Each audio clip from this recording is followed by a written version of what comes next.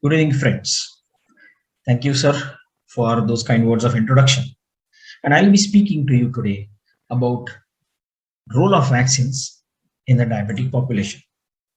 Now, before I start my deliberation, I would like to express my gratitudes and a huge thanks to the entire RSSDI team, especially Dr. Bansi Sabu, Dr. Sanjay Agrawal, Dr. Vasant Kumar, sir, and the main educational partners for this session, Abbott. Thank you very much for choosing me to be delivering this talk. And my agenda for today is vaccines in diabetes. Especially, I'll be focusing on the influenza vaccine. And then finally, there will be some carry home messages that I'll try to give. Now, friends, as we all know, that vaccine by definition is a substance which is used to stimulate the production of antibodies. And either it stimulates the production of antibodies with the aim to protect from the causative disease, or it provides a long-term immunity to fight the disease well. And it is generally prepared from a causative agent of a disease or its products or a synthetic substitute treated to act as an antigen without inducing the disease. Now, this is very important to understand that the vaccine cannot induce an active disease in a person.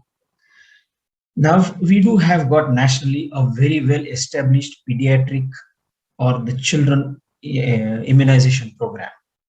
But unfortunately, the adult vaccination program is not well established.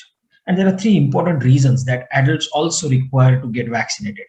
Number one is this, that as children are, adults are also at the equal risk of developing the very serious diseases, and those are mostly possibly prevented by the vaccines.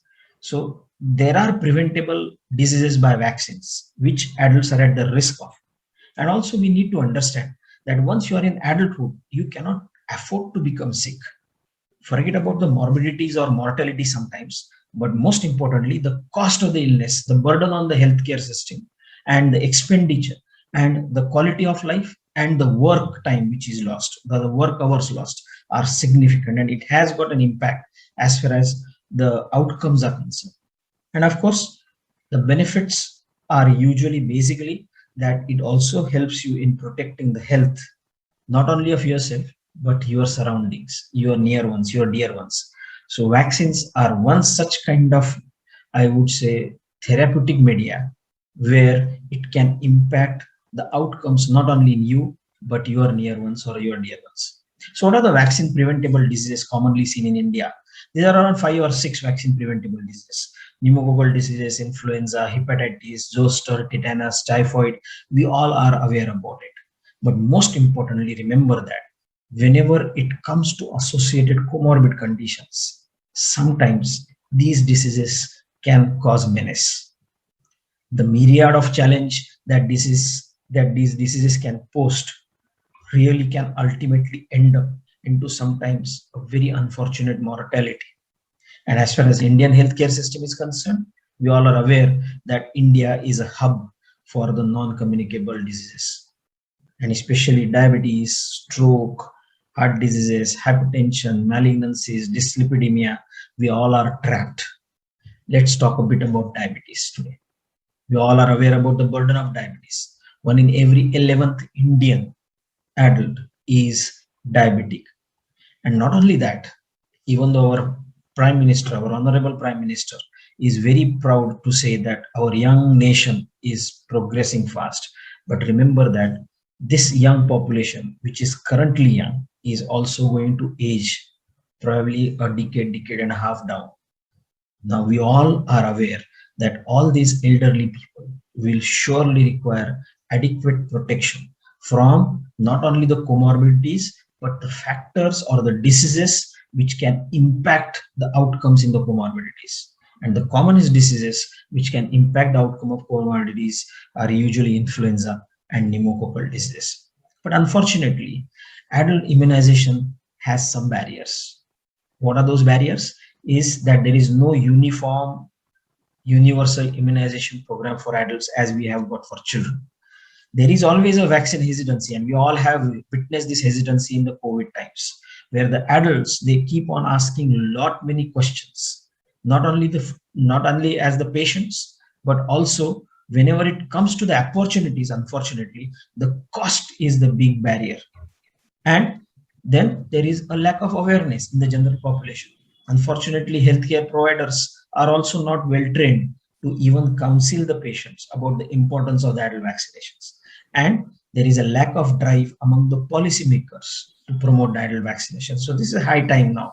And this is what exactly Association of Physicians of India, along with the many other societies like Indian Society of Nephrology or IMA or even Geriatric Society of India, or now with RSSDI, Association of Physicians of India, has taken a step ahead in improving and probably disseminating the awareness about not only the importance of the adult vaccination but its ease of use.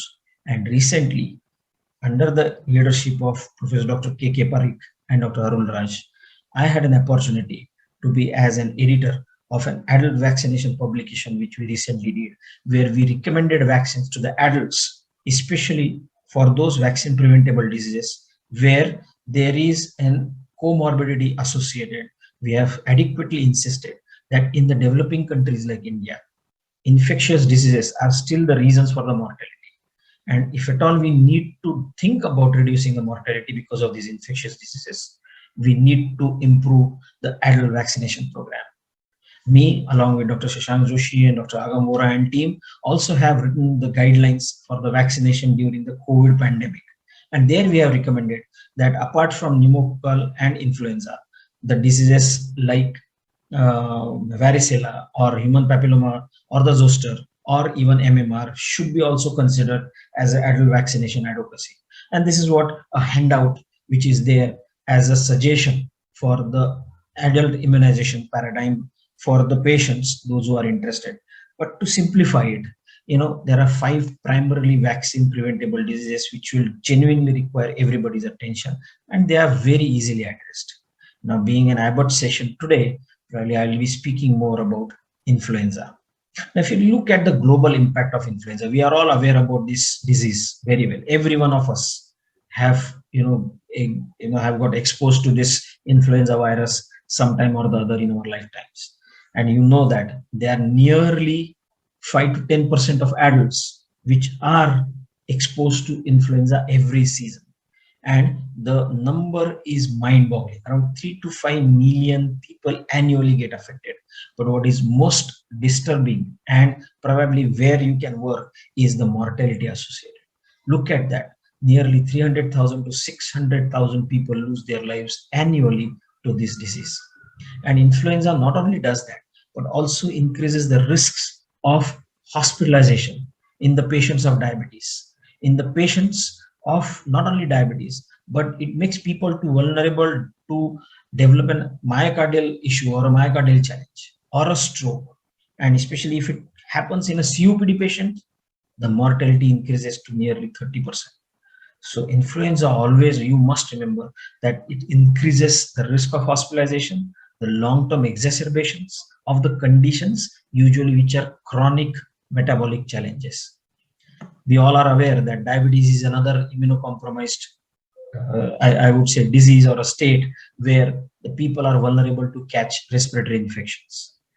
6 times more likely you are to develop or to catch influenza if you have diabetes. You are likely to die 3 times more than a common people, those who do not have diabetes, because of influenza. And also very important, the mortality increases to 15% during the flu epidemic. 15% may not strike you here, but what if I say that 1 in every 5 or 6 patients are vulnerable for the menace of influenza related mortality? Remember that. While you need to understand that these are preventable diseases, and that is the place where influenza vaccine plays a pivotal role. There are multiple scientific data publications which are published. Now look at this on your slide, which is a retrospective cohort study using a primary and a secondary care data from the clinical practice research data link from the United Kingdom.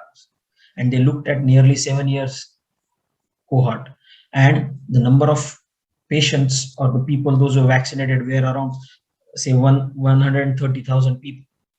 And in comparison to the unvaccinated patients, there was 30% lower risk of hospitalization because of stroke. There was 22% lower risk of heart failure, 15% lower risk of pneumonia, and 24% lower risk of death from any cause.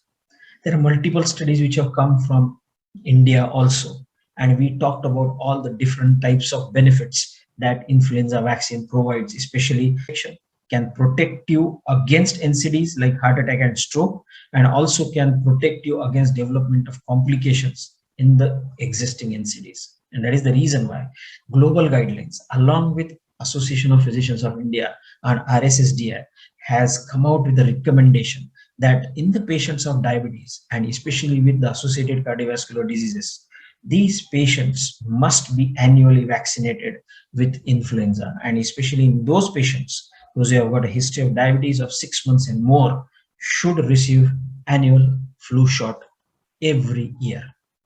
Now, there are different types of influenza vaccines which were developed. The currently used influenza vaccine is a subunit vaccine, which is a third generation vaccine where we use the particular virus subunits to trigger the immunogenicity.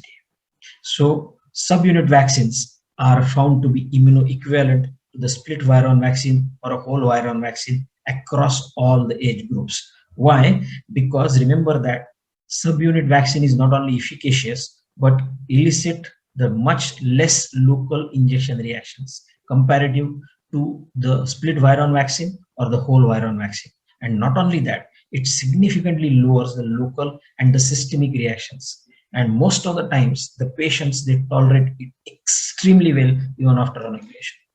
What is the best time to administer? The best time to administer is usually decided depending on which part of the earth you stay, which hemisphere you stay. So that is the reason why there is a global influenza surveillance and response system developed. Even in India, we have got 3 centers. We have got the centers in Mumbai, Pune, and Kasauli. And they look at the incidence and probably the epidemic of influenza happening in particularly, especially in India. And WHO has come out with a guidance saying that it is usually recommended that all the patients, especially with diabetes, should be annually injected with an influenza vaccine. Now the question is usually asked, why annually? We need to understand that influenza virus undergoes a mutation very, very regularly. So it changes its composition each and every year. And secondly, the vaccine induced immunity does not last longer than usually 1 year. After usually 1 year's period, usually the immunity level starts going down. So the memory of the immunity of the previous episodes is not as effective as for any other disease. And that is the reason why the influenza vaccine is annually administered, and usually the timing is 2 weeks before the beginning of the season of the influenza. This is the best time to administer. And especially when it comes to the recommendation from WHO, they have said that, independent of the hemisphere you stay or a country you stay, you must take influenza vaccine at least 2 weeks before the start of the season. Now, which vaccine to give? We have already discussed this. If you really look at the global recommendation which has come and the incidence, you can clearly see that the commonest virus usually causing flu is usually influenza A H1N1, and we all are in India are aware about this. Then the second commonest is influenza A H3, and then of course we do have what influenza B epidemics as well. So in northern hemisphere and southern hemisphere, usually the best time in the southern hemisphere, that is in the place where India is, September is the ideal time for administering. And usually this time frame is basically decided depending on the time which is required for production and approving of the vaccines.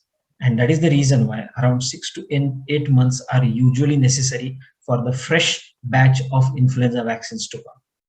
Remember that we need to administer influenza vaccine to each and everyone. Influenza strains keep on changing, and this is an evidence. Look at the southern hemisphere different strains. Now you will see here that if you can see here in NH or northern hemisphere NH1920, this is what A Brisbane 02 2018 H1N1. What do you understand by this? Now I'll just explain you how this influenza nomenclature goes. A is usually the type of the influenza. B is from where the strain is isolated. C is actually the month what we talks about, and then it is the date, and then of course the H1N1 is the type or the pattern of the antigens that it has got. So that is how the whole nomenclature goes around. And the most important thing is this, that irrespective of that, you need to understand that the composition of the influenza virus vaccine changes every year. So a fresh lot must be injected to most of the patients, those who have diabetes or the associated comorbidities. You can clearly see from the slide that this year 2021-22, you can see that there is a new strain, which is a Cambodia strain, especially in the southern hemisphere, which is emerging, and that is the reason why the new strain viruses vaccines are available. API also recommends the annual dose of this quadrivalent or tetravalent influenza vaccine to all the adults above 65 years, all the healthcare providers and pregnant women, and less than 65 years with the people, those who have got comorbidities like diabetes, hypertension, malignancies, or immunocompromised state, organ transplant, etc., etc. There is a 0.5 ml injection of the inactivated tetravalent influenza vaccine, which is given, usually injected on the deltoid region. And the best time to inject, especially in India, is usually between September to December. That is the time we should promote the influenza vaccination. So what is the scope of this influenza vaccine in your OPD? For the routine assessment of the vaccination status and the caregiver, always remember to assess, recommend, administer, and document the vaccines to all the elderlies, those who are coming to your clinic, and especially with the chronic health conditions, and to the patients, those who love traveling or going to pilgrimages, or the countries where there are vaccine specific guidances are there. You need to have the vaccine documentation and records very, very clearly preserved. So to summarize, we all have to understand that all the population globally as well as in India are aging slowly, and they are all vulnerable for the diseases which can be easily preventable from the vaccination programs. So adult vaccination is equally important. Why? Because the burden of the vaccine preventable disease is very high. The impact of the vaccination, if at all you achieve, is going to be very high. Vaccines are cheap ways of treating these diseases, because remember that prevention of the disease is always cheaper and the safest option than the cure of the disease. Vaccines are widely available. They can be easily, made available, and they do not require any specialized training to your healthcare system. So easily remember that there are necessary steps to improve the adult vaccination coverage by building the awareness and education. That's what exactly even RSSD now is doing. And of course, the integration of the vaccination program in your day-to-day routine clinical practice. So keep your antennas open and always believe that vaccines are not only for kids. Adults also do need vaccination. Thank you very much for giving me this opportunity. I once again thank the entire organizing team for giving me this opportunity.